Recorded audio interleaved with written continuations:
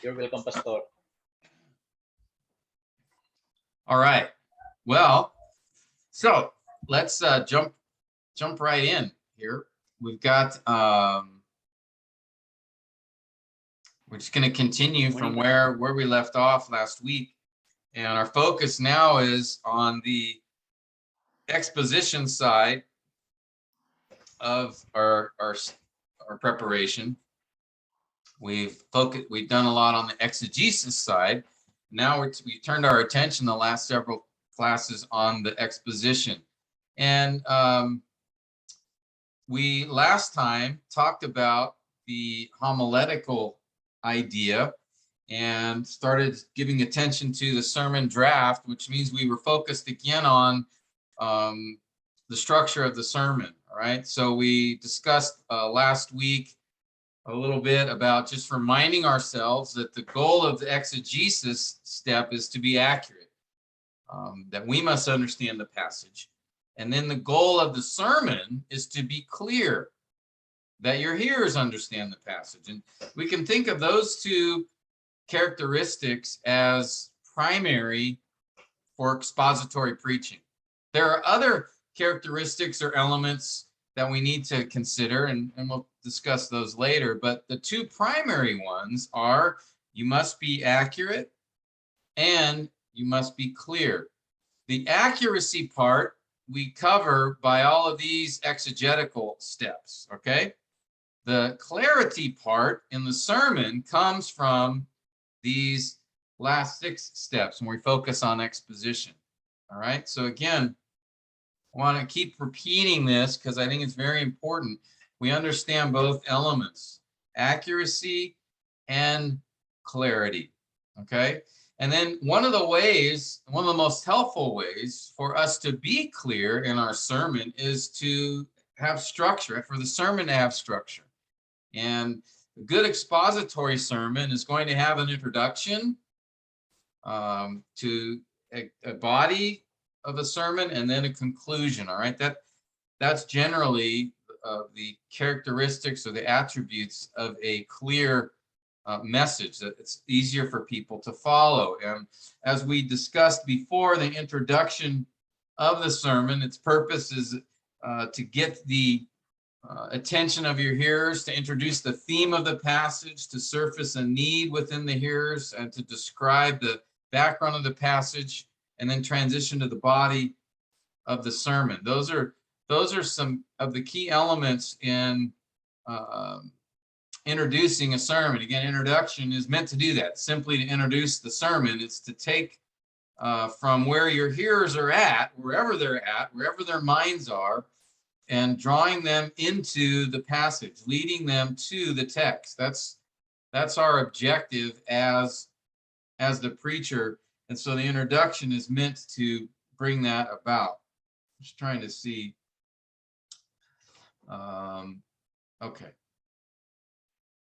So again, effective introduction gets their attention. Don't assume that your hearers are there ready to listen to the sermon. Oftentimes they've got other things on their mind, right? And so it's important that when you introduce the passage, that you first get their attention.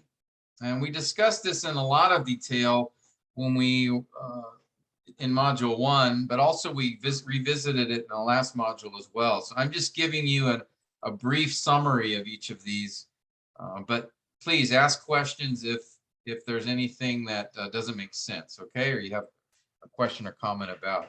So first, again, the introduction is meant to get the attention of the hearers, to bridge from wherever they are at and move them towards the passage. And the introduction needs to be connected in some way to the theme of the passage, right? It's not just some random joke you tell or something just to get attention. You want to have that attention be focusing or moving your hearers to the theme of the message, to the focus of the passage.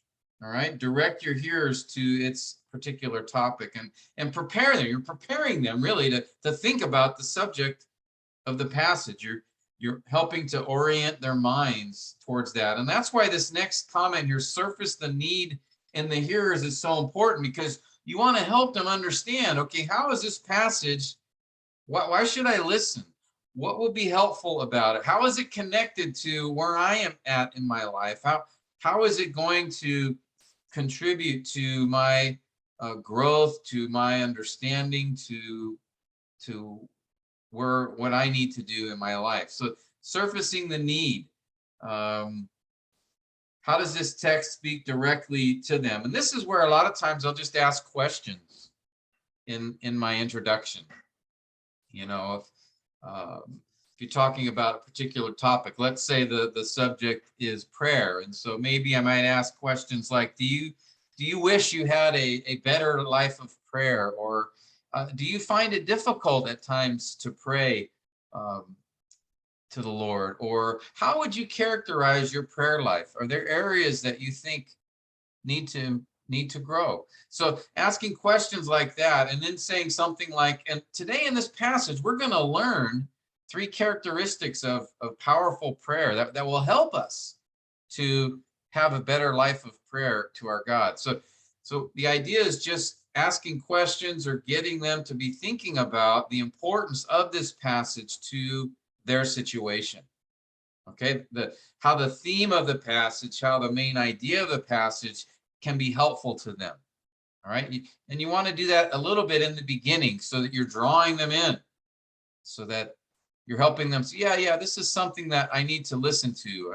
Because some people, I mean, we would hope, most people, we would hope that when you open the Bible, they're going to go, okay, the Bible's open. I want to listen to what the preacher's going to say because he's going to tell me something from the Bible. I wish everybody thought that way, but many times they may not. Again, maybe they are distracted. Maybe they are concerned about something else. Maybe they have a child sitting there that's making noise, or maybe their stomach is rumbling and they're thinking about lunch, or maybe they had an argument with their spouse before church, and so they're distracted. So they can be in many places in their mind, and you want to not only get their attention, but then you want to help them understand the importance of the passage. And a lot of times people, just because you open up the Bible doesn't mean they're going to automatically want to listen. They should, but sometimes that's not the case. So that's why it's helpful to ask questions, draw them in, help them to see or recognize the importance of the message, of the passage you're going to look at today. So, like I said, for me, often I will just ask a few questions to engage them and get them thinking about a particular topic. And then at times it can be helpful. You don't always have to do this in the introduction, but as you're moving towards the passage, and that's how you can think about this, you start by getting attention of the hearers, and now you're moving towards the text.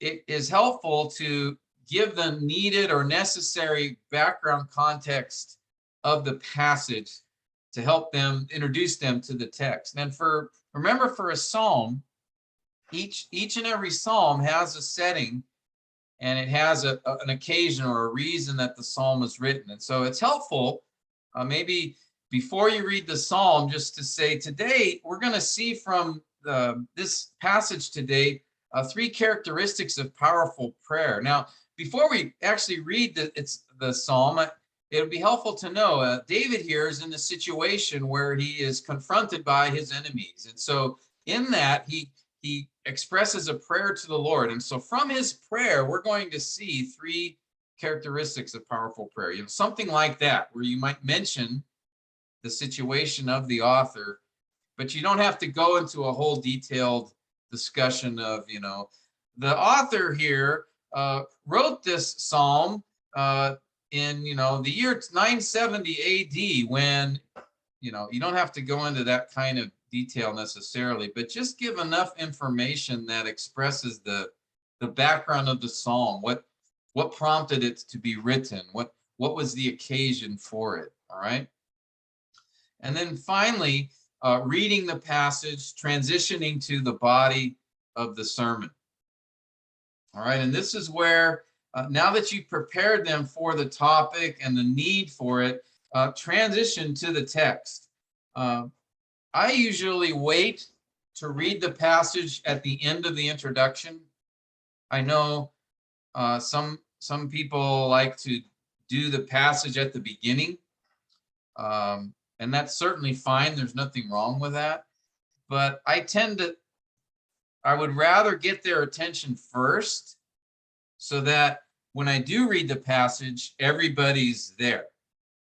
Because what can happen sometimes when you read the passage at the beginning is people might miss the first few verses because they're, like I said, they're scattered or distracted, possibly.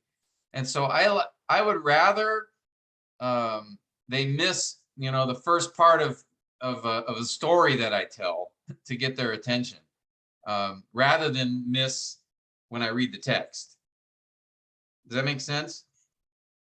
Again, it's okay if you start by reading the passage. There's nothing wrong with that. I'm just telling you my preference is when I get to the passage, I want their full attention, because that's the most important thing in the introduction. This is the text of Scripture, right? So I want to do all I can to get them prepared to read and listen as the text is being read at the beginning. So that's why I would, get their attention first, surface the need first to get them thinking about the topic, and then maybe give some of the background to the poem, to the psalm, and then they're ready to, okay, so now let us take a look at Psalm chapter 13. Hopefully by that point, they're all paying attention. All right. So that's why I wait till the end of the introduction to read the passage. And at the same time, after reading the passage, then I will like to give the main point. All right. Tell them the main sermon point. All right. That's something you're going to want to be repeating all throughout the sermon, right? The main idea, so that they hear it many times, so that they grasp it. And you want to say it at the beginning, so that you are then going to show them from the text that main idea. Now, we talked about when we did narratives, if you remember, can anybody tell me, anyone remember what a deductive sermon is versus an inductive sermon? Does anybody remember when we talked about that? It's quite a while ago, I know. Yeah, Sid, what was the difference between those two? The deductive sermon is from general to specific, while the inductive sermon is from specific to general. Yeah, and so for a deductive sermon, would you say the main point at the beginning or the end? At the beginning. Right, because you go from general to specific. So you would state the main idea at the beginning and then show from the passage how you got that main idea as you go through the sermon. Now, and then that is good for when you are teaching from didactic or instruction passages like epistles, where there's it's a propositional statement. It's an argument being made in the passage. And so you want to start from, okay, this is what the main idea of the passage is. Let me show this to you from the text. Now, a narrative, usually we come from the other direction. We first want to tell the story that will lead our hearers to the main idea of the story. All right. I think that's more effective. If you tell the main point of the story at the beginning, then it will lose some of its, what's the word? Some of its Savor. Yeah, that might be a good way to put it. So it's better, I think, with a story that you let the story tell the main idea as you go along, and then at the end, just like that's what we see in most stories, right? You get the point of the story after you've gone through the whole story.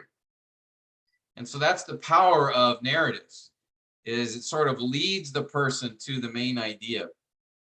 And so I think for narrative sermons, it's better to do inductive sermon. That is, don't give the main point at the beginning, let it come out at the end. All right. So now for Psalms or for poetry is didactic. It is instructional by its nature, like an epistle. Now it's figurative, there's imagery, it's a different form of writing than an epistle, but it still presents a doctrinal truth directly, as opposed to a story which presents the doctrinal truth indirectly, meaning the story probably won't say it explicitly. You have to understand the whole story to get the idea or the point of the story. But in a psalm, like in an epistle, the author is directly states his point. All right, because it's instructional.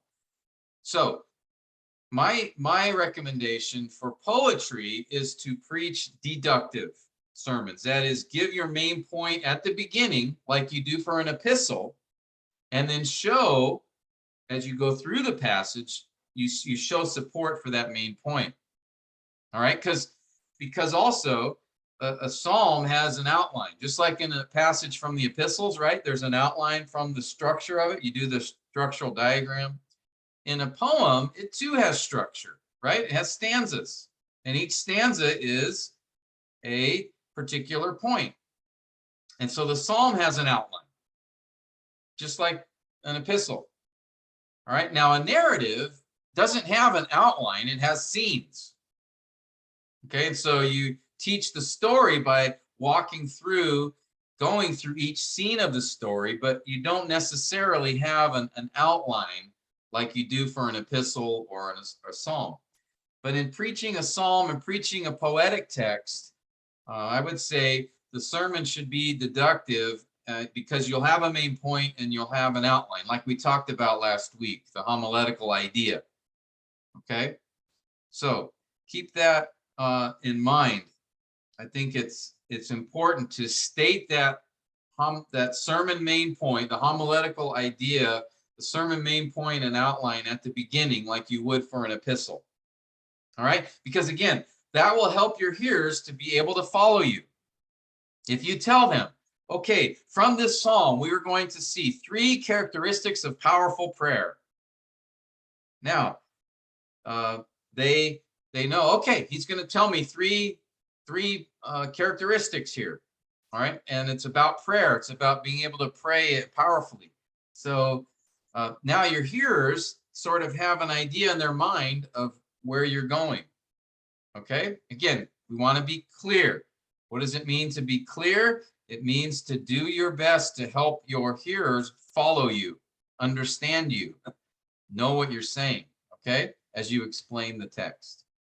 So the introduction is sort of meant, again, to take your hearers from where they are in their minds, draw them to the passage, and then give them the main idea from the passage. Okay? Questions on that?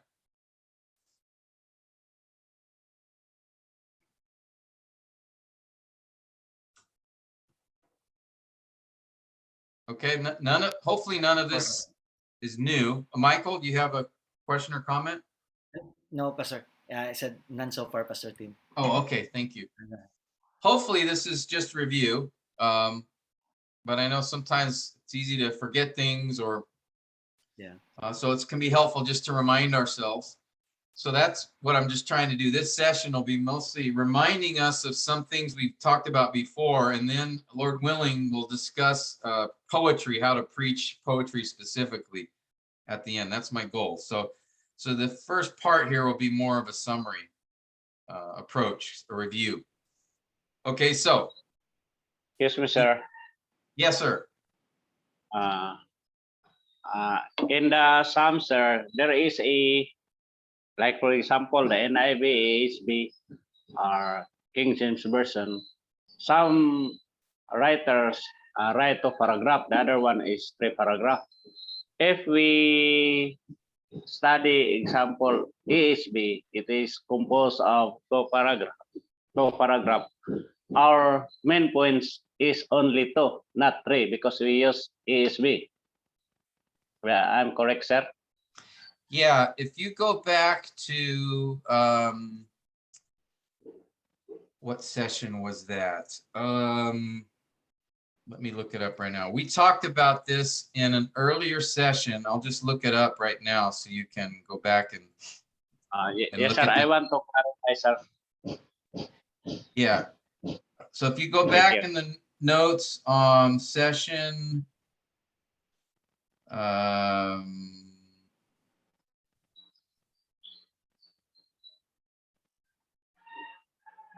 where is that? Sorry, sir. No, that's okay. This is a good question. Is it under introduction or maybe song? Yeah, I think it is. Let me look here real quick. Because I raised that question, sir, because in our assignment, sir, Yes. we diagram in ASB and we diagram in other KGB. In diagramming, there is a three main points, and the other one is two main points, I think. Yeah. In let's see, 3 point. Oh, there it is. Yeah, if you go to yeah, there it is. Okay, session 3.12. Okay, 3.12. I talk about the structure of the poem and how do you identify the structure. Okay, so the structure is made up of stanzas, right? Each stanza represents a unit of thought from the poet. Some poems have 2 stanzas, some 3, some 1. Psalm 119 has 22 stanzas, right? Because it's 1 for each letter of the alphabet. Now, how do you know what the stanzas are? Well, like Anselmo said, some translations, it may look like 2 stanzas, and another, it may look like 3. So I went through in that session 3.12, and I went through and showed you from there, how do you identify the structure? One is you might use the translations as a guide, but you need to come up with what you think the structure of the poem is. And so there's other features in the poem that can help you, like a refrain or a change in the speaker or the change in the subject. So I gave you some examples from in your notes, or an inclusio. Sometimes that also will give you an idea. So what you need to do is just taking all of that information, you need to decide based on the translations, based on if there's any refrain, based on if there's a change in grammar or those kinds of features, you need to determine what the structure is. Okay, so don't just go from the translations, because sometimes the translations differ, like you just said, Anselmo. Sometimes one translation will have 3 stanzas and another might have 4. So you have to decide what you think makes the most sense. And it's not just the translation input, but also other features that we discussed in that previous session. All right. So like, for example, we use Psalm 128 as a, here, I'll pull that up. We use Psalm 128 as our example. Where's my passage?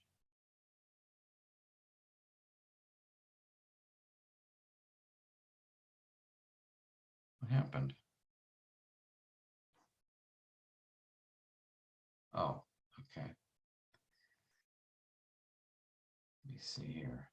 Let's do, sorry about this. Hold on a second. Apologize. Having some technical difficulties here. Okay. Where is it? No. That's strange.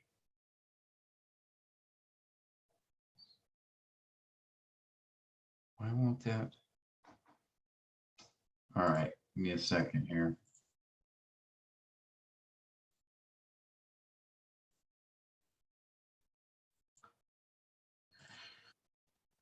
Too many windows open.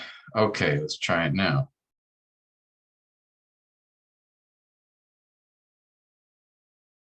There we are. Okay. Sorry about that.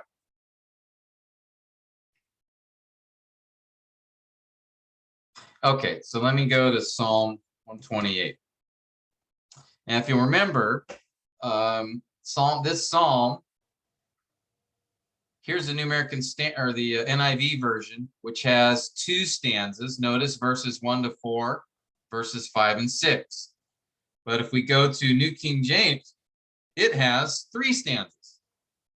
Verse 1, verse 2 to 4, and then 5 and 6.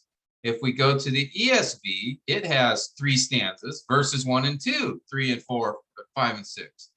All right. If we do the New American Standard, it has 2 stanzas. So we have 2 stanzas or 3 stanzas, and the 3 stanzas, they're different. So how do we know which one it is? Well, one of the things is we take note first that both the NAS and the NIV have the same 2 stanzas. So we have 2 translations that offer the same. So that's helpful. But then we also noticed there was an inclusio. Verse 1 and verse 4. All right. Everyone who fears the Lord, how blessed is everyone who fears the Lord. Verse 1, thus shall the man be blessed who fears the Lord. Verse 4. Remember, an inclusio brackets a stanza or sometimes a whole poem. So here, that's a strong indication for this psalm that verses 1 to 4 is 1 stanza. Another thing we notice is that in verses 1 to 4, it focuses on the man and his personal life, his home, and his work. Verses 5 and 6 focus more generally on the city, on the country. All right. So that's a change in theme or focus. That's another support for 2 stanzas. And then thirdly, notice there's a difference in the sort of the grammar. Verses 1 to 4 are statements. Verses 5 and 6 is more of a prayer. May the Lord bless you. May you see prosperity. May you see your children's children. All right. So as you study the psalm, there are certain features that will help you to see its structure. Let's look at another one. Let's take Psalm 13. I mentioned this a moment ago. Here, the New American Standard has 1, 2, 3 stanzas. The ESV has the same 3 stanzas, verses 1 and 2, 3 and 4, 5 and 6. The NIV has the same 3 stanzas, and the New King James has the same 3 stanzas. Okay, so now all the translations agree, at least the 4 I looked at, that there are 3 stanzas, verses 1 and 2, 3 and 4, 5 and 6. Well, that's a strong indication. However, there's one thing that's important to notice here. Notice in verses 1 and 2, they're in the form of questions. How long, O Lord, will you forgive me forever? How long will you hide your face from me? And then in verse 3, he changes to a prayer. Consider and hear me.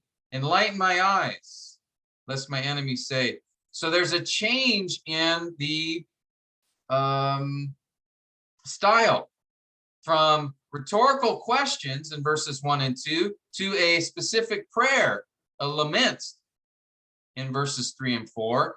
Then in 5 and 6, notice another change in style, where they are now he makes these resolves. I have trusted in your mercy.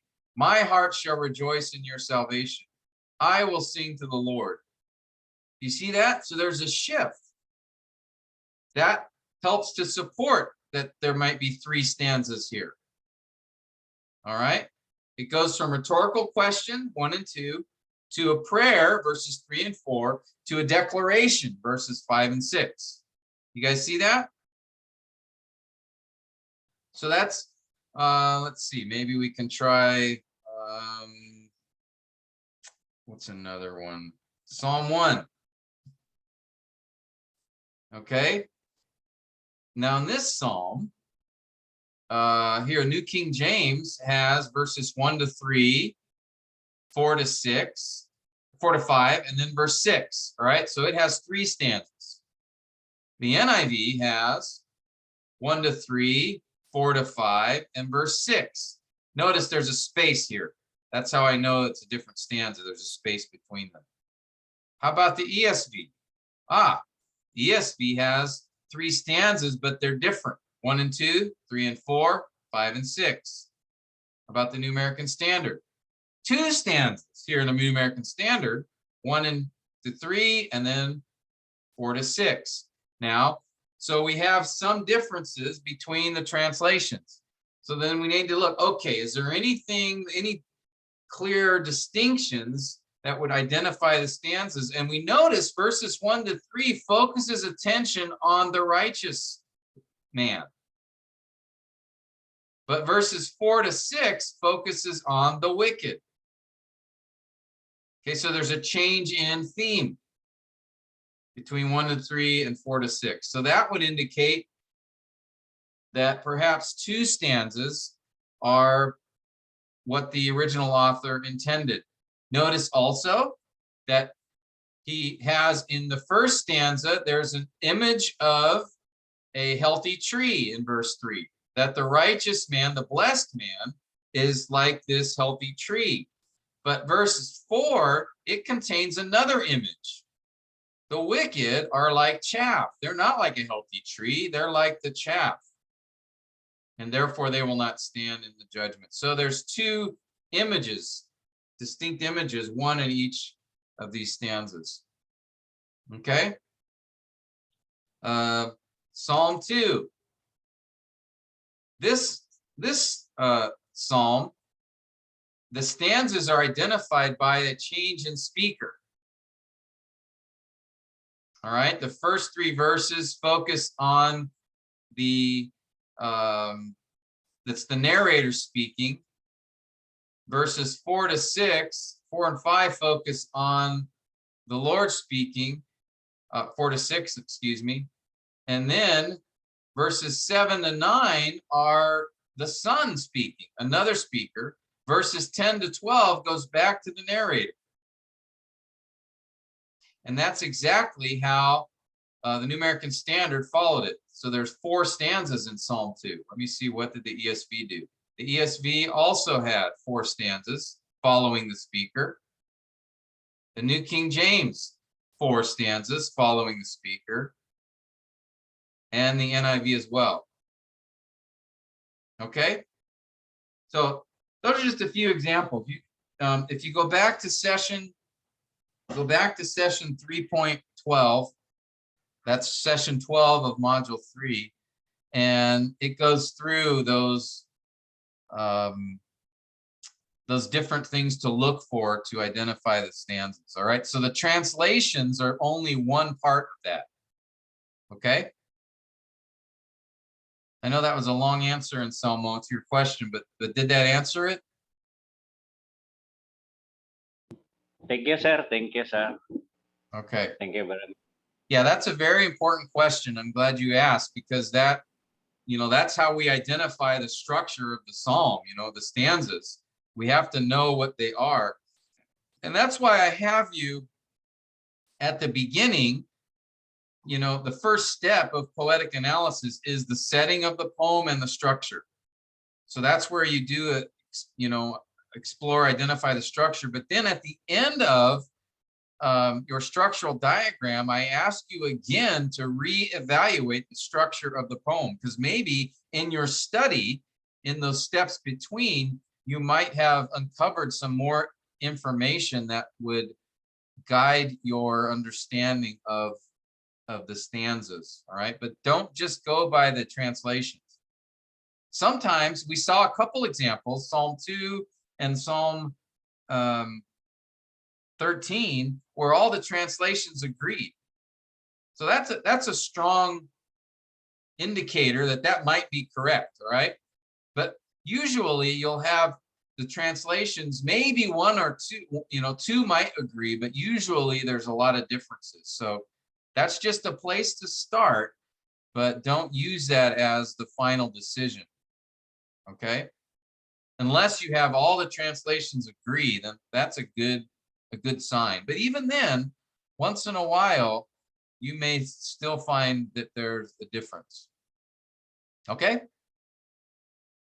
so understanding, knowing the structure of the poem, that gives you your outline. That's the author's outline, is those stanzas. Those represent each unit of thought within the poem. Okay, and that will form, help to form your sermon outline. All right. So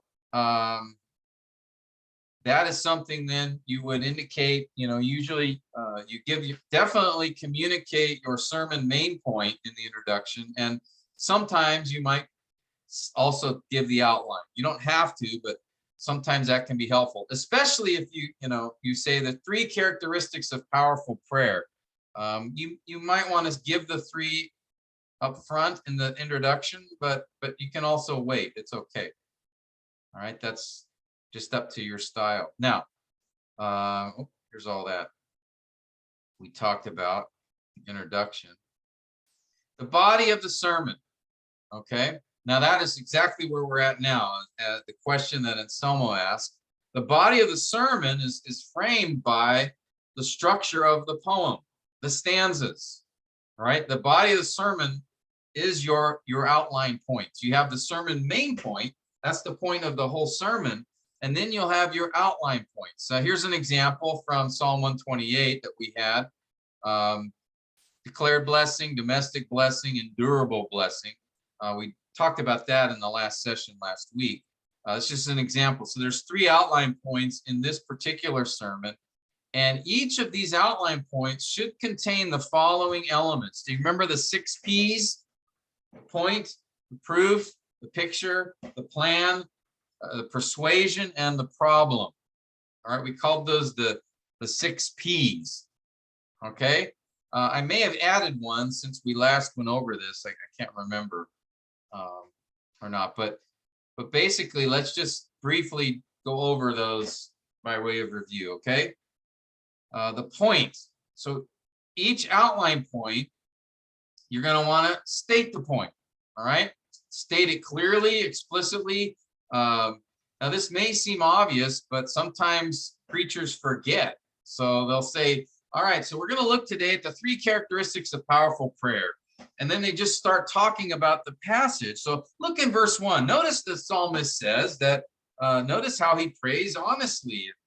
But first, tell them what the outline point is. State it clearly so they can follow you. So again, today we're going to look at 3 characteristics of powerful prayer from Psalm 13. The first characteristic is pray honestly. Pray honestly. Okay, so now they know. Okay, first characteristic, pray honestly. So make sure you say that. Say it at the beginning of the point, and I would encourage you to repeat it at the end as you transition from that first point to the next point. Okay, again, it helps people track with you. So for example, let's say, your first outline point is pray honestly.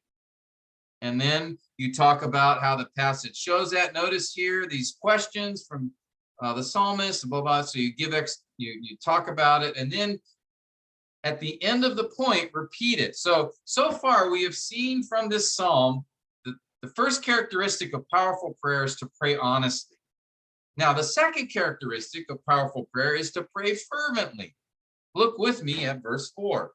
Okay, so you've repeated the main point, you've repeated the outline point as you transition from one to the next. All right, this is what will help your people follow you. Because again, sometimes it's easy to get distracted. It's sometimes easy to get lost, or maybe something that you said, the person's thinking about it, and maybe the Spirit's working on their heart to apply it. But then they lose track of where you are in the sermon.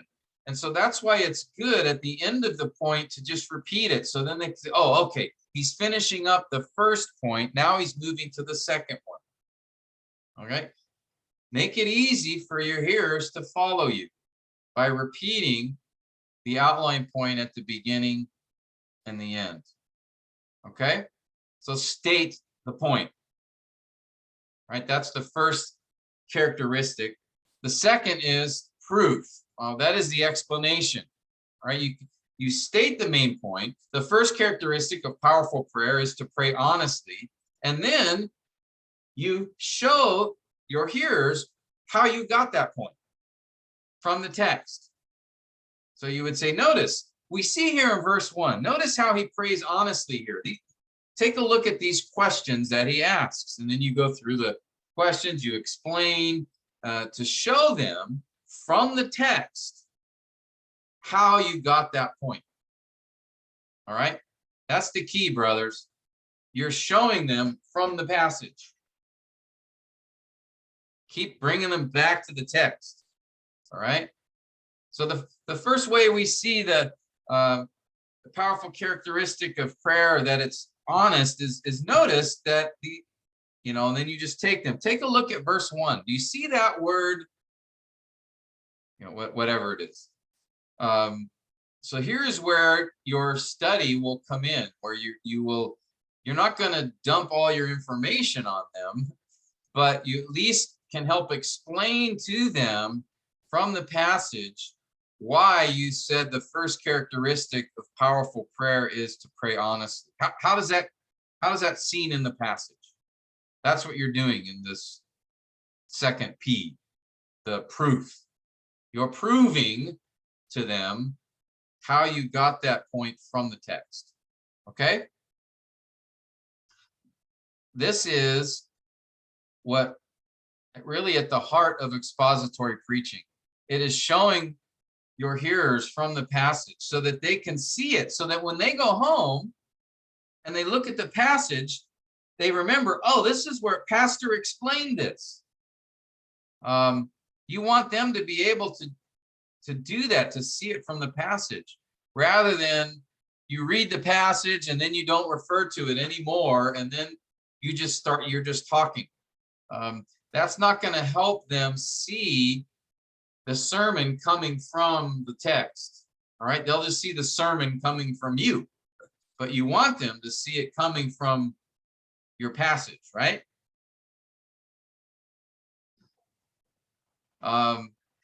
Any thoughts or questions on that, or comments?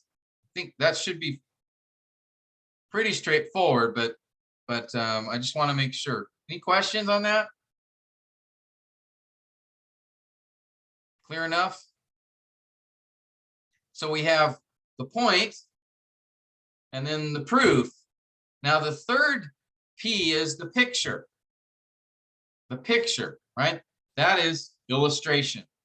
All right. So once you've explained the point, or as you're explaining the point, sometimes it is helpful then to bring in an illustration. Now, this word illustration comes from a Latin word illustratio, which means to lighten, enlighten, to light up. So it's this idea of making something clear or visible. And we would do that by using a story, using a quotation, giving a picture of the particular truth in a way they could understand. All right. So illustrations can be used to clarify a truth, or to even emphasize a truth, or to make it memorable. Okay, so let's say you're talking about the first characteristic of powerful prayer is to pray honestly. Maybe you might use an example from your own life, or maybe another prayer in the Bible that shows someone praying honestly, or maybe a story from a biography you read, or from somebody you know of an example of. So something that will help them either better understand your explanation or bring emphasis so that they remember that point better. Okay, so illustration isn't just to explain a point. Sometimes the point's very clear, but you want to emphasize it. You want them to remember it. So you might use an illustration to do that as well. Okay, so something that later they may remember your illustration, and that will help them remember the point you were making. Okay, so this is where, and illustrations, again, can be stories, can come from current events, can be a quotation from another, from a book or from another sermon or a commentator. It can be a personal example from your own life. It can be, there's a lot of places you can get an illustration from. All right, and they can be helpful at times too to keep the attention of your hearers, especially when you tell a story. It can grab them back. Sometimes if they're wandering, you can use an illustration to bring them back to the point you're making. All right. Okay. So that's the third P. There's point, proof, picture or illustration, and then persuasion. Persuasion, or we've referred to this step before as argumentation. Now, this doesn't mean you argue, but what it is that at this point, once you've explained the meaning of the point that you're making, the outline point, now you want to move from teacher to preacher. Again, the goal of the explanation is to teach, to explain the passage. The goal of persuasion is now to persuade or compel your hearers to respond. Okay, that's the difference between a teacher and a preacher. All right, a teacher explains, gives instruction. A preacher explains, gives instruction, and then seeks to persuade. Okay? You're not a preacher if you're not trying to persuade or compel your hearers to respond. All right, that's what a preacher does, is calls, exhorts, encourages his hearers to do something with the passage. Okay, now that you understand this point, what are you going to do with it? Are you going to respond? Okay, that is persuasion. Now, it's a little different than the next P, okay, which is application or plan. Okay. Explanation, maybe we can think of it this way. Explanation gives the point of the passage. Argumentation tells why the passage matters, why we should respond. Application tells how we should respond. All right, and that's the next P, plan or application. So persuasion and plan kind of go together. All right, we would compel someone to respond and then help them know how to respond by giving application. Okay. So again, really, in some ways they overlap, but I make a distinction between persuasion, which is preaching, calling people to respond. Application is just some ideas of how they can respond. All right. Anselmo, let me ask you to read this comment quote from Brian Chappell on application. Can you read that? Okay, sir. Application fulfills the obligation of exposition. Application is the present personal consequence of spiritual truth. Without application, a preacher has no reason to preach because truth without actual or potential application fulfills no redemptive purpose. This means that at its heart, preaching is not merely the proclamation of truth, but truth applied Thank by you, Brian Chappell. Brian Chappell. So at its heart, preaching is not merely the proclamation of truth. Okay, it is that you're proclaiming the truth. You're explaining it. You're illustrating it, but then also the truth applied. So then now you're moving from the teaching, the explanation, to the call to respond, to apply. That's the persuasion and then the application. All right. As James 1:22 says, prove yourselves doers of the word and not merely hearers. Okay. That's why it's important. I think one reason it's important to give application is it's an example. It reminds your hearers that they should be doing something with the passage. They should be applying it. Now, maybe the application you give them doesn't connect with them. Maybe you give an application for single people, and so a married person may not apply to them.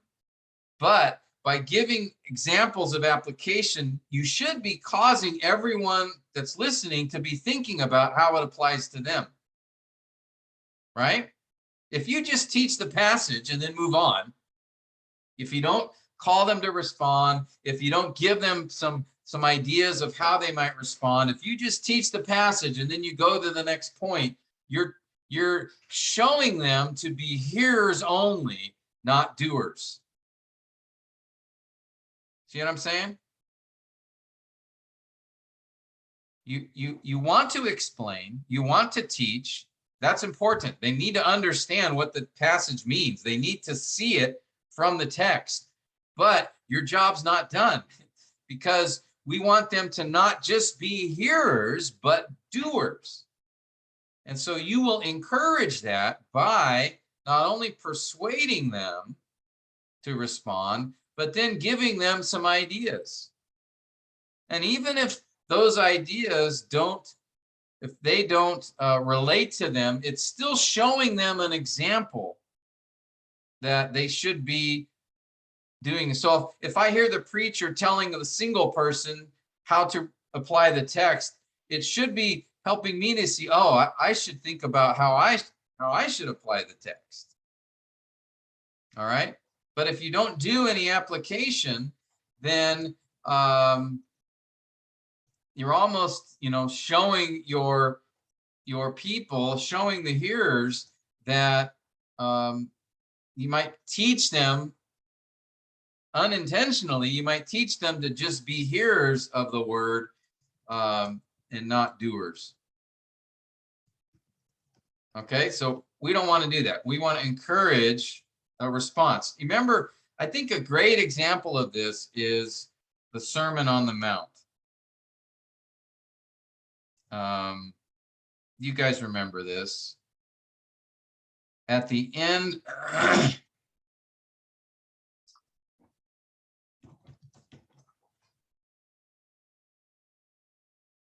all right. Let me ask Michael, if you're there, Michael, can you read for us from this text? Matthew 7, verses 24 to 29. Okay, Pastor.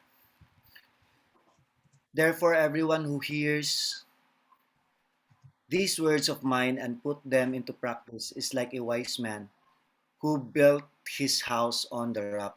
The rain came down, the streams rose, and the winds blew and beat against that house. Yet it did not fall because it had its foundation on the rock. But everyone who hears these words of mine and does not put them into practice is like a foolish man who built his house on sand. The rain came down and streams rose, and the winds blew and beat against that house, and it fell with a great crash. When Jesus had finished saying these things, the crowds were amazed at his teaching, because he taught as one who had authority and not as their teachers of the law. Ah, did you see what he's at the end there? They were amazed. Why? He taught as one who had authority. Well, how did they see that? Because he was persuading, right?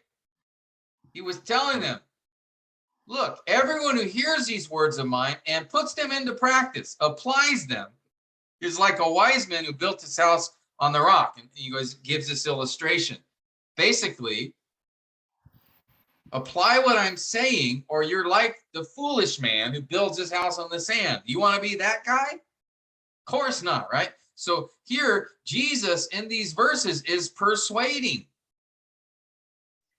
And notice that was something that was unique for the people. Jesus taught as one who had authority because he wasn't just instructing, he was persuading. Now, the teachers of the law, they were just instructors. But notice the impact as Jesus, who is the master preacher, as he uses actually an illustration to persuade and compel his hearers to respond.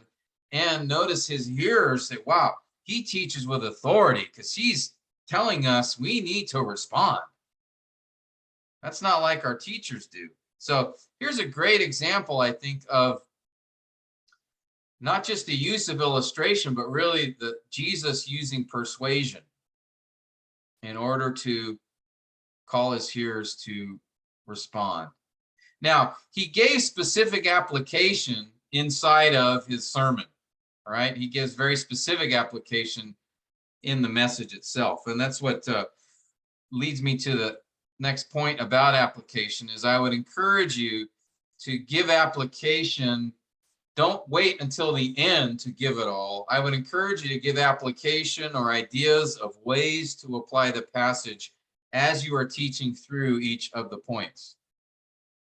That's why I put here the plan or application. That's one of the 6 P's for each outline point. Okay? So I think it's better if you, after you explain the point, maybe illustrate it, persuade people to respond. I think that's the right time then to then give them some ideas of how to respond, some application. Okay? So that it's closer to the point. So if you're talking about pray honestly, that's the first characteristic. You might give them some examples. So how can we pray more honestly to the Lord? Well, one, you need to set a time aside every day to pray. So that you're specifically dedicating time to pray. And as you pray, maybe ask yourself these questions. Am I being honest with the Lord? Am I telling him what I really think? That might be just an idea.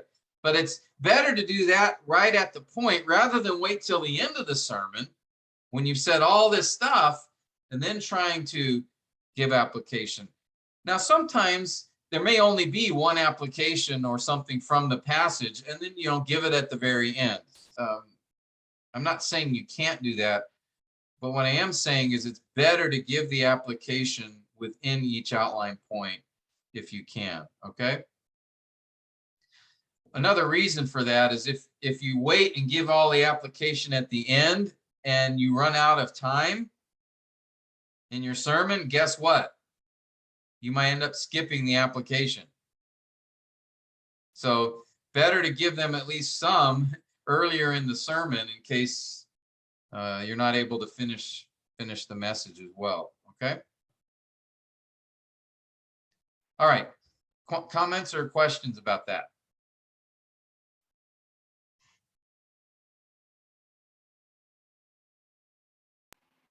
None so far, Pastor TV. Okay. All right, good. Let's look at Thank the you for the last. guide, Pastor. Oh, sorry. Somebody have a comment, question? I am saying thank you for the guide, Pastor. You're welcome. Yeah, I think that's a very important part of preaching is the application. Now, obviously, it is the Spirit who will help each person with how to apply the text in their specific life. But I think at times it is helpful, to get a person thinking about how to apply it by giving some examples. Some people will be helped by that because it will be something they need. But others may just see your example and say, oh, I need to think about how the text applies to me. And then the Spirit will do his work through the word. Okay. So we have the point, the proof, picture, persuasion, plan, finally problem or question. Sometimes, often in particular passage, there may be a question, a difficult doctrine, maybe even an objection that you might anticipate in the passage. For example, let's say if our outline point was to pray honestly. Now, one issue is, well, then does that mean I can just tell God whatever I want, that I could tell him off, that I could yell at him? Well, no. So we might say, now, when I say pray honestly, I don't mean pray irreverently. Okay. You can't vent your anger against God, or you can't speak against his character. But what I'm saying is you need to tell him what you're thinking and, in a respectful way. So there I'm addressing a potential problem, right? Or sometimes you may have a passage where there's a difficult doctrine within the text, and you may want to take a moment and go into that, explain it a little bit, okay? Maybe perhaps you're talking about prayer and some people in your congregation, maybe they struggle with God's sovereignty in prayer. Maybe they think, well, why should I pray at all? If God is sovereign, he's going to do what he wants. Why should I pray? So it might be, you might decide for your congregation, you need to talk about that for moments. Now, when I talk about prayer here, I know for some of us, this may be difficult to be committed to prayer because we think we know God's sovereign, and so we might think, why bother praying?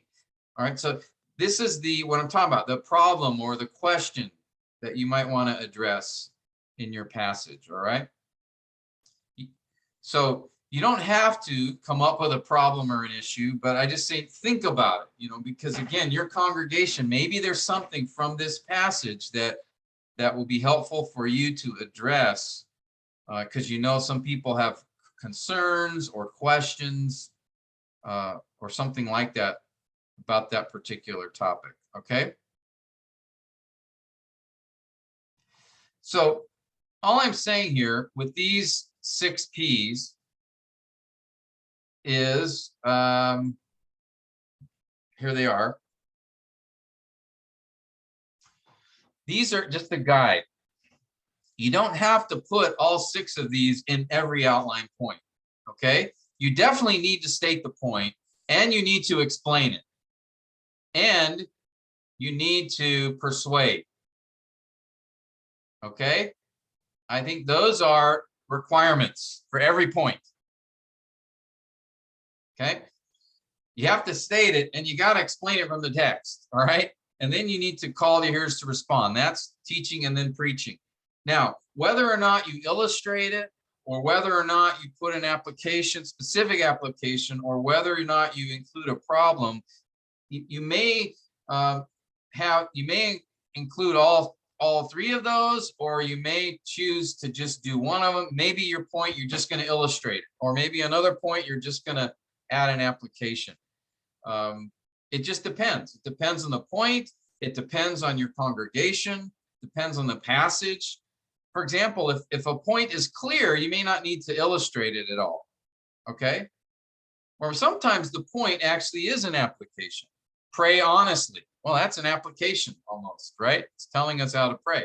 So I would say, again, the highlighted ones you need to include in each point. The ones I didn't highlight here are optional. You know, if you can include all of them in each point, great. But sometimes you may need to give more attention to an explanation, or maybe it's a point that you want to give a lot of emphasis to respond. So you'll spend a lot of time persuading. And so other times you may decide, you know, I really want to give lots of application for this point because I think it's important to give my congregation ideas. So again, that's a skill, you know, and an art as to how much of each of these you might include. Okay. But make sure for each point you're thinking about all 6 of them. Come up with some ideas for how to do that. Now, okay, I want to get to preaching poetry. So, so the structure of the sermon, introduction, the body, and then finally a conclusion. Again, don't just end the sermon. Okay, now we're done. Have a good day. You know, don't do that. You want to bring the message to an effective conclusion, and an effective conclusion reminds the hearers of the main point, directs them again to take action, and ends smoothly. So either ends in maybe a reflective prayer, having people think about the text and how it might apply to them. Maybe silent prayer, just giving them opportunity to pray about the passage. Maybe you might end the message with a song that's connected to the main point of the text. You might end it with the story that brings together the main thrust of the passage. There's a lot of different ways to end the sermon, but end it smoothly. Help them thinking about the text, the importance of it, how to remember it, and then close in prayer or benediction or something like that. But don't just end the sermon, okay? Like some of you guys, when we did the preaching labs, just kind of, you got to the end of the passage and then you said, okay, I'm done. Well, that's not a smooth landing. That's a crash landing.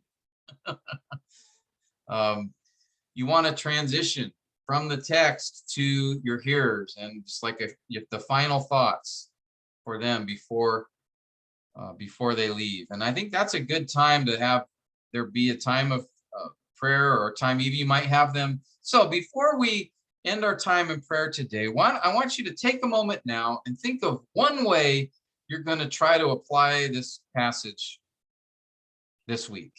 Okay, just take a moment and do that. That can be one way. Or take a minute, and I want you now, I'm going to give you opportunity to pray to the Lord about this passage. Is there something here that you need to confess? Is there some way that you want to ask the Lord to help you apply it? And then just give a minute of silent prayer for them to do. So there are different ways to end the passage. It's often helpful to have a good story or quote or something at the end to kind of seal the focus of the text. That can be an effective way. But think of something that will do that. In Module 1, I gave you some ideas. Go back in those notes as well, okay? All right. Sorry to be going so quickly, but this is just, again, really meant to be a summary, a review. Any questions before we spend a few minutes on preaching poetry? Anybody?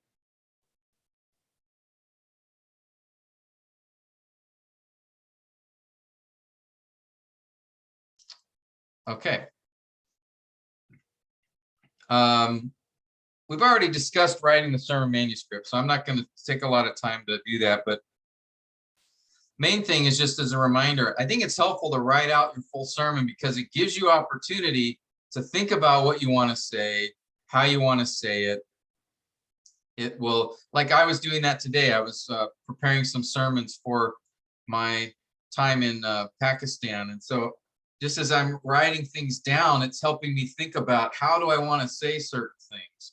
Or there, I need to speak more simply because of the English, and I'm going to be translated. So I need to think about, okay, how do I want to say this to make it easier to translate?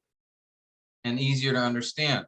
So by writing out the sermon, it gives me time to think about those things. All right. And it gives me some notes. You know, if they want to have notes at the end, sometimes they'll ask me for a copy of my sermon. So if I didn't write it down, I'd have nothing to give them. So this is also, I think it's helpful to write out the manuscript. Now, you don't have to take that with you into the pulpit, but it is a helpful exercise as you're preparing your sermon. And two, as you write out the full manuscript, you're going to have to think about, okay, what's a good illustration for this point? What are some applications for this point? Writing out the manuscript forces you to think about that ahead of time, instead of if you're in the pulpit and you haven't thought about application and you're trying to come up with them, write it as you're preaching. Sometimes that doesn't, come out good. So it's good if you spend time before the sermon as you're preparing it by writing things down in the manuscript. All right. So I think a manuscript is very helpful. Even if you don't use one when you preach, it's a very helpful exercise. And also, by the way, if you end up preaching the sermon later, you'll have something to start from. If someone asks you to preach on prayer, 4 years from now, you go, I remember this sermon I did on prayer, I think would be really good. Oh, I didn't write it down. So you got to go back and restudy everything. But if you wrote it down in the manuscript, you go, oh yeah, okay, I remember this. And you'll save yourself a lot of time. All right. So I'm a big advocate to write out your manuscript. Now, how can we preach poetry effectively? All right. Any thoughts or comments? Just as you think about poetry and preaching poetry, do you guys have any ideas? What can help us be effective in preaching poetry?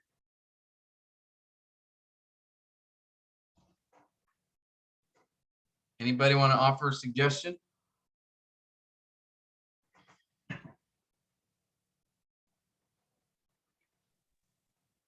Nobody has ideas? Maybe wear remember Shakespeare? He kind of had those funny hats. Maybe you could wear a funny hat like Shakespeare. He was a poet. To put our shoes in the context of the writer. Put ourselves in the context of the writer, to walk in his shoes. Is that what you were? To help our hearers enter the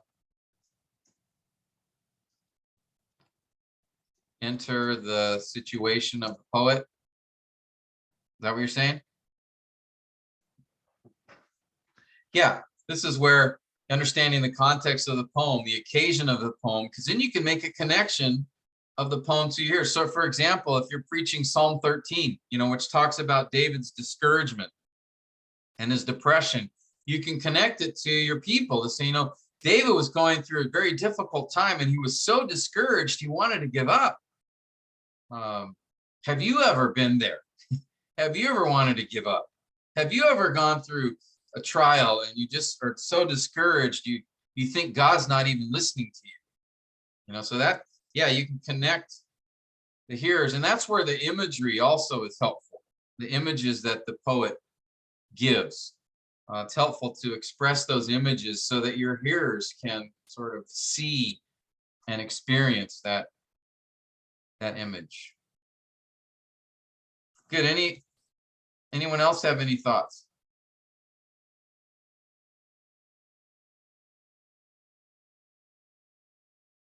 I might add to this, basically preaching the poem in its context. Okay. And again, remember, every poem, like every epistle, has an occasion, a reason that it was written. So it's helpful. You want your hearers to understand what caused the poet to write this poem. All right. And sometimes that occasion, that circumstance is given in the introduction. But sometimes maybe it's just in what is given in the poem. Sometimes the author might give his situation within the poem, or you might see a repeated word or phrase that tells you sort of what is on his mind and why he was written. All right. Any other comments or suggestions or ideas? How can we preach poetry effectively?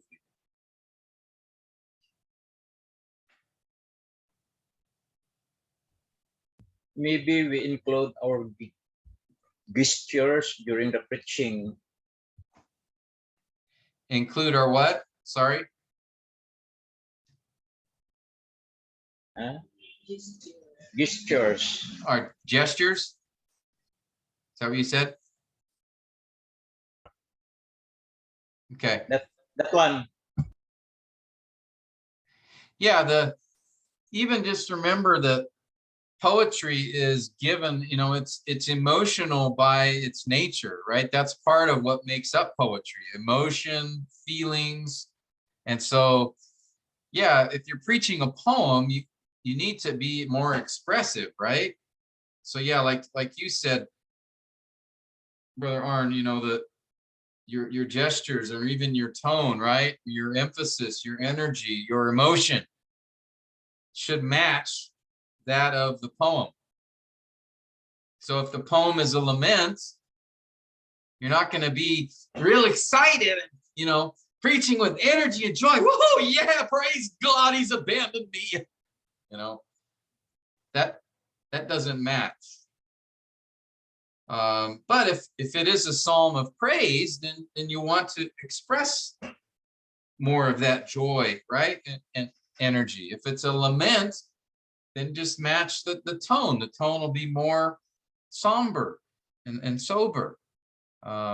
If the poem is instructional, if it's a wisdom poem, then you're going to be more of an instructional tone within as you teach it. So yeah, just sort of match the emotions and the tone of the poem. All right, and yeah, gestures, facial expressions, your voice, your energy, your pace, all of these things we need to use to match. How would the psalmist have read it? And that's why we do all the study of the poem, so that we would have the best opportunity to know what is the feelings, the emotion of the poet. What are the images that he uses? Is a peaceful image, like Psalm 23, the Lord's my shepherd, I shall not want. He leads me beside still waters, right, to green pastures. That's an image of beauty and peace and comfort, right? So that image conveys a tone. In other words, sir, sorry to interrupt, sir.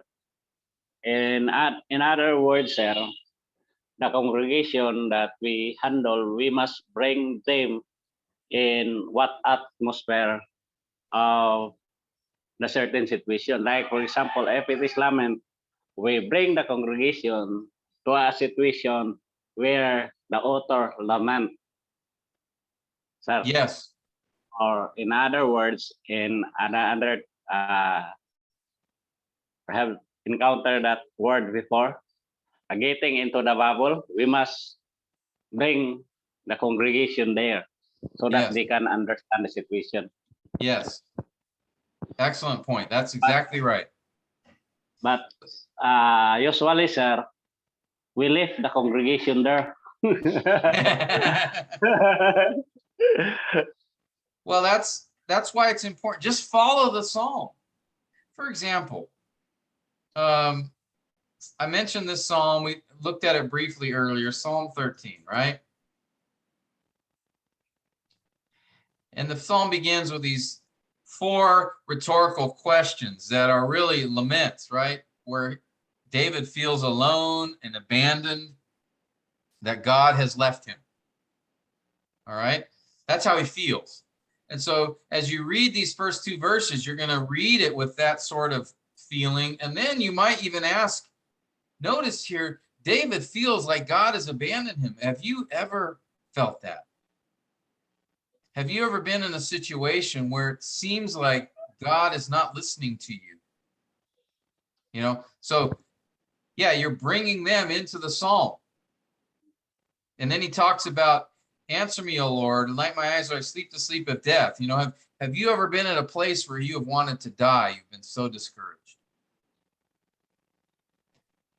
and just pause. Right? Because that's sober. That's a sober thought. And so you're trying to get them to identify with the feeling of the poem.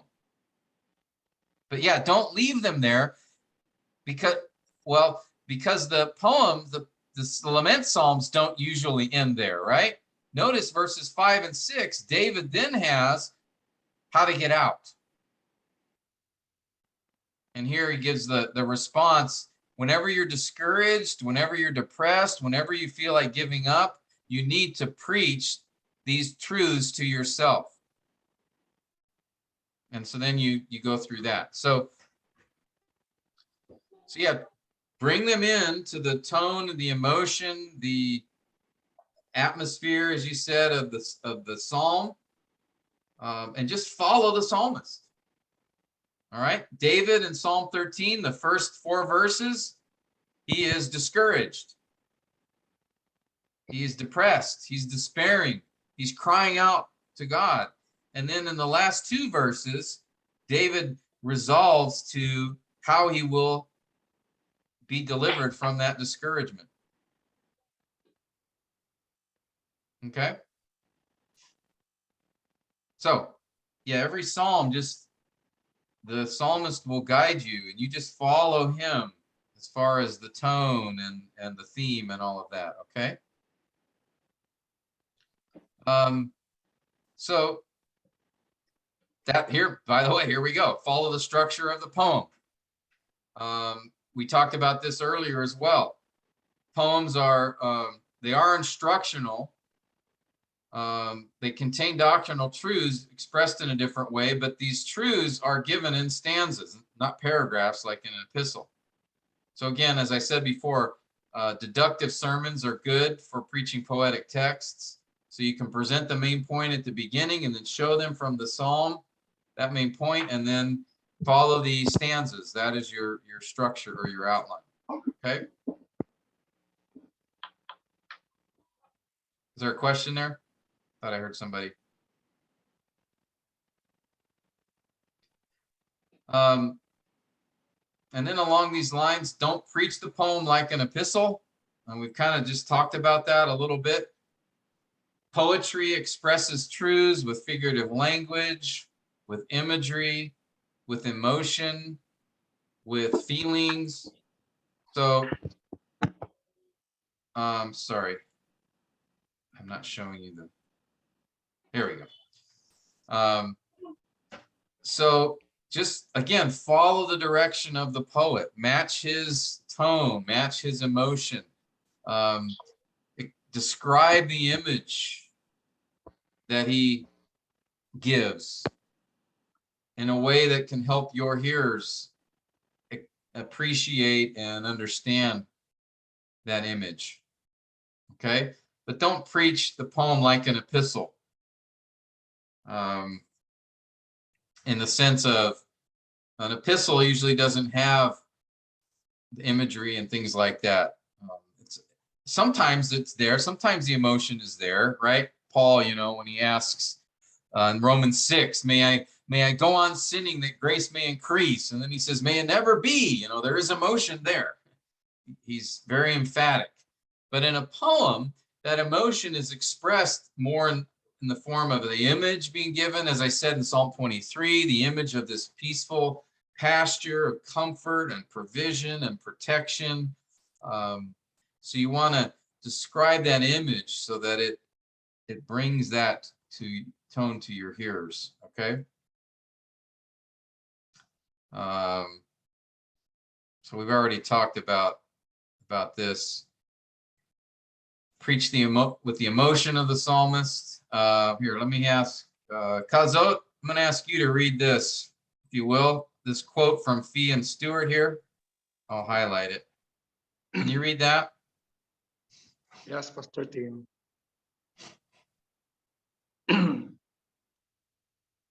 Cannot be read in the same way that an epistle or a narrative or a section of law can be read. It is intended to appeal to the emotions, to evoke feelings rather than propositional thinking, and to stimulate a response on the part of the individual that goes beyond a mere cognitive understanding of certain facts. PM Stewart. Okay. So they're just kind of saying what we've been talking about here, that poetry is intended to appeal to the emotions rather than propositional thinking. Now, that doesn't mean it's not expressing doctrinal truth, all right? They're not saying that. But what they are saying is the way to help your hearers understand that truth, you want to convey it the way the poem does. Okay? You know, it'd be like if you're telling your spouse that you love her and you do it by just going through, you know, so I love you.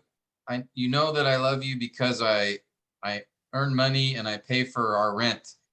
And I say thank you when you cook a meal. And I open the door for you when we go in the house. And I smile at you. And, you know, that you can do that. You're explaining, but it'd be so much more impactful if you do it in a way that expresses emotion, right? So just keep that in mind in preaching. Since the truth is being given in the form of a poem, that means by the very nature of poetry, God intends for that truth to be given with emotion and feeling and impact. All right? That's a little different than an epistle or a narrative or a prophetic text even. Okay, so that's what we want to be aware of as we preach. So that said, really the last point I'll make here, thank you for your patience, staying a little longer,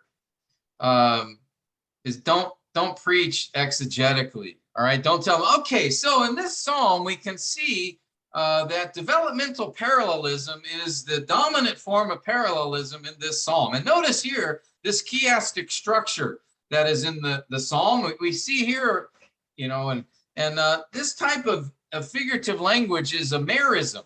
You know, all those technical terms are not going to help, right? They're just going to be saying, what are you talking about? So you've totally taken out all the emotion, right? Now it's a technical academic discussion.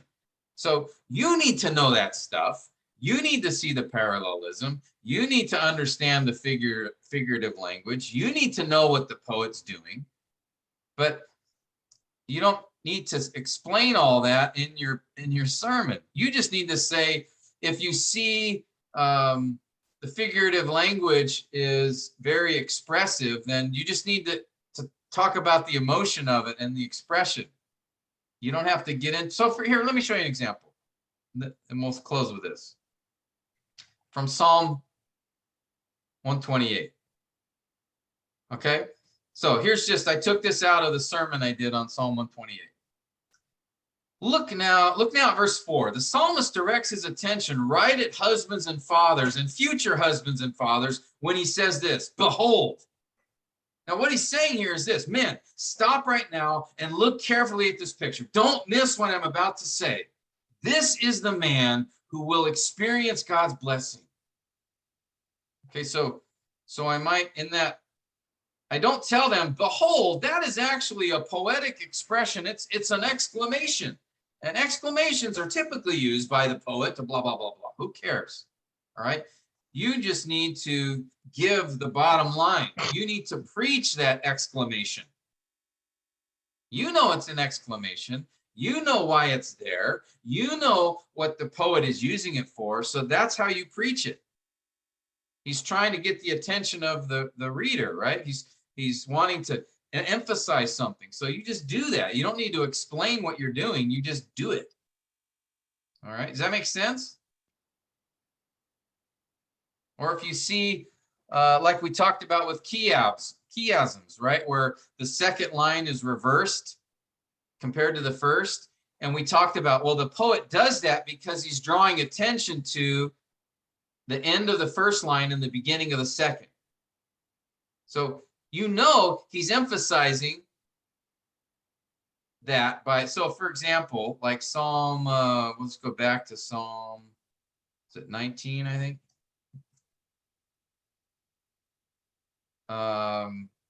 Let's see, or let's do Psalm 51. That's a little easier. Now, so for example, if you remember a long time ago, we studied this, and verse 2 we learned was a chiasm. We went to the original Hebrew, and literally it is, wash me thoroughly from my iniquity, and from my sin cleanse me. Now, we don't see that in the text.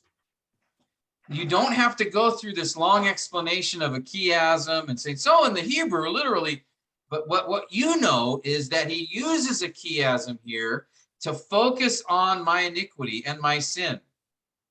So you know, David in verse 2 is emphasizing, focusing on the fact that it's his sin. So you can preach verse 2 that way. Here in verse 2, David is giving focus and attention on the fact that he has sinned, that it's his fault, that he's responsible. Okay, I don't need to say, and we know this because here actually we have a chiasm. In the original Hebrew text, the word might, you don't have to do all that. You don't have to explain all that to your hearers. You know that. And so that's what gives you the confidence and conviction that that's what the author is doing. And so you just preach that. You preach, the emphasis here is on my iniquity, my sin. And notice verse 3, he does it again. I know my transgressions, and then he flips it. My sin is ever before me. So you can say that as well. In verses 2 and 3, the emphasis here is David is acknowledging he has sinned. He's responsible for his sin. In fact, the way he words it in the original Hebrew gives emphasis to that. Okay, you could say that. Okay? It's just like when we studied epistles and you do the diagram, and the diagram helps to show you what modifies what, but you don't have to state all of that in your sermon, right? You just say, now here, this phrase, since we're surrounded by a great cloud of witnesses, that actually is telling us why we should run the race with endurance. Okay, you don't have to tell them, since is a subordinating conjunction, which means that it's going to modify a verb. You don't tell them all that.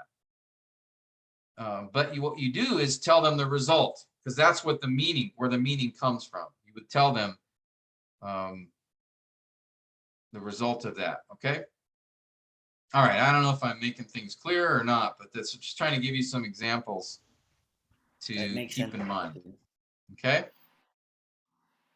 It makes sense to us, Pastor Tim. Sometimes we are tempted to do that, to be a scholarly kind preacher. Yeah.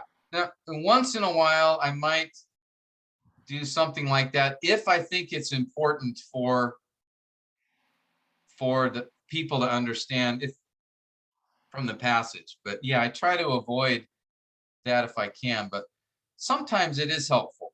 I have talked about chiasms in one or two of my sermons, because I felt at the time it was important for my congregation to see more of the inner workings of the passage. But it depends on your congregation too. If they're very mature and they really understand the Bible well, you might do a little more technical things with them. All right, that's okay. If they're not as mature, or you don't want them to get caught up and lost in the academic side of things, and don't do that. Generally, don't do that. Just preach the text, preach the focus of the passage. But that's why, I don't often, you won't often talk about the Greek word is this and the Hebrew word is this. Or sometimes I will say, now the original Hebrew word means this. I won't necessarily give them the word and go into the technical side, but I will tell them the original word, means to, whatever the word is. But I think sometimes we feel like we've got to get all the technical information in, and most people, that's not helpful to them. That makes it more confusing than clear. Mm. So, okay, well, sorry we started late, so I went a little bit late, but I appreciate your patience there. Any final questions here? I wanted to cover this just so that if some of you start preparing your sermon, I want to at least talk about the preaching poetry. You'll have your notes, so I have a few more details in your notes. You can take a look at that, and I'll try to post those hopefully by tomorrow. You can have that, all right? And then again, we won't be gathering together until what did I say, February 20th or 21st, something like that. 22nd. So you've got about 4 weeks to get some work done. All right. Yes. Okay. Well, thanks, brothers. Thanks for your time. Thank you, Pastor Tim. Michael, I'll ask you if you could just close our time together in prayer, if you wouldn't mind.